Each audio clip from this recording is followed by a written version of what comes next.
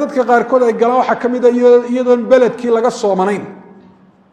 dowladdii islaamka ahayd tusaale ahaan ee waddankaa ka jirtay iyadoo ay tidhi soom maaha waa 30kii shacbaan markay arrintaasi daraaseeyeen ayaa waxaa dhacay dadka qaarkood inay jamaacatu muslimiinkii beledkaa ku noolaa ay khilaafaan oo kuwo kale oo ka fog ay waafaqaan isla markaana ay soo haystaan inay yihiin kuwo wax wanaagsan sameeyey oo dadka kale iyagu aan soomin ka wanaagsan oo cibaadadii markaa iyagu u dadaalay waana qalad arrinta noocaasi ah dadka beled qura wada degan ayay tahay midnimadooda marka koobaad in la ilaaliyo waayo khilaafka iyaga dhex mara cibaadada jamaaciga isku khilaafaan raad buu ku yeelanayaa ka weyn raadka uu ku yeelanaya khilaafka ay cibaadada bilowgeeda iyo dhammaadkeeda isku khilaafaan dad waxa weeyaan ka fog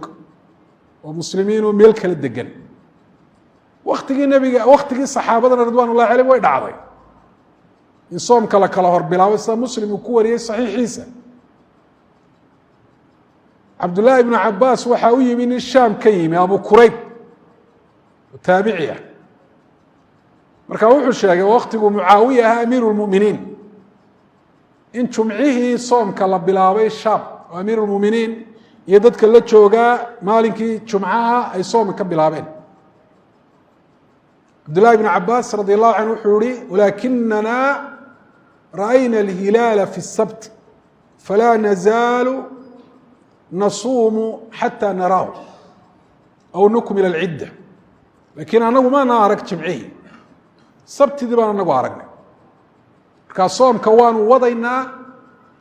ilaa aanu soddonka bisha arkayno ama soddonka aanu dhammaystirayno wuxuu ku uhi mucaawiye miyaana tiisa yeelahayn wuxuu ihi laa maya haakada qaala lana rasuul اllah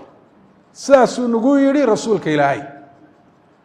waa hadalka ay culimadu ka soo saareen arrinta ku saabsan ikhtilaafu lmaطaalic kala duwanaanshaha maطaalicdu iyo raadka uu ku yeelan karo soomka culimo yihi maya meesha mashriq iyo maqrib meesha la doonaya alla kala joogay mar baa soomka la wada bilaabaya waa jiraan culimo iyagoo hadalka ibnu cabaas ka duulaya yihi ikhtilaafu lmaطaalic waa la eegayaana waa jiraan waa masale fiqiya oo lagu kala duwanaan karo dadka qaarkood ficlan bay u khilaafaan wada jirka ay tahay soomku inuu bilaabmo o u dhammaado dadka qaarkoodna qowl baabay ku daraan waxaa laga yaabaa inay ku dhaleeceeyaan cidda mas-uuliyiintaa ee sidaasi samaysa ee waddan kale khilaafta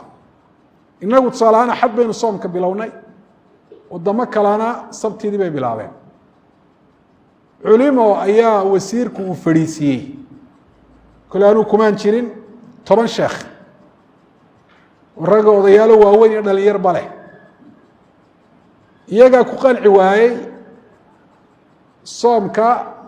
ay bilaabeen waddamada qaarkood yowma sabt oo diiniyan u arkay inay sidani sax tahay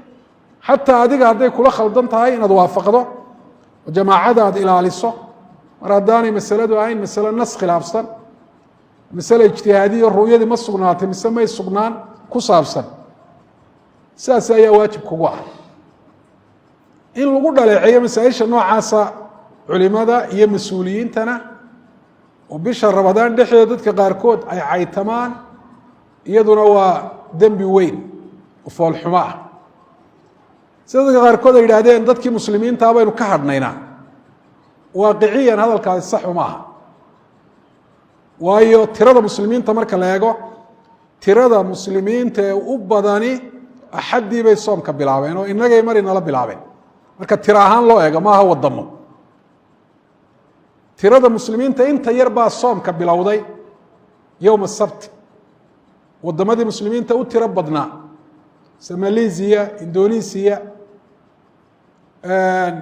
waddamada carbeed qaar fara badan oo ka mid ah sida maqrib oo kale urdun cumaan waddamo kale oo islaamka ku abtirsada sida iiraan bakistan iyo hindiya iyo adu tiradii u badnayda muslimiintu yowma sabti may soomanayn sideen oo kale xataa haddii ay dhici lahayd inta u badani inay yowma sabti soomaan inaguna axad aynu soonno badnaanta oo qura wax lagu qiimeyn maayo marka masaa-isha noocaasa waa in culimada looga dambeeyo waa masaa'il fiqiya oo daqiiqa xataa culamaa ulislaam ay hore isugu khilaafeen dibna in isugu khilaafaan ay u dhici karto qof walibana inuu mufti ka noqdo maaha oo isagu ka hadlo uu ihahdo sidanaa khalada sidanaa sax waxaad leedahay waa lagu weydiinaya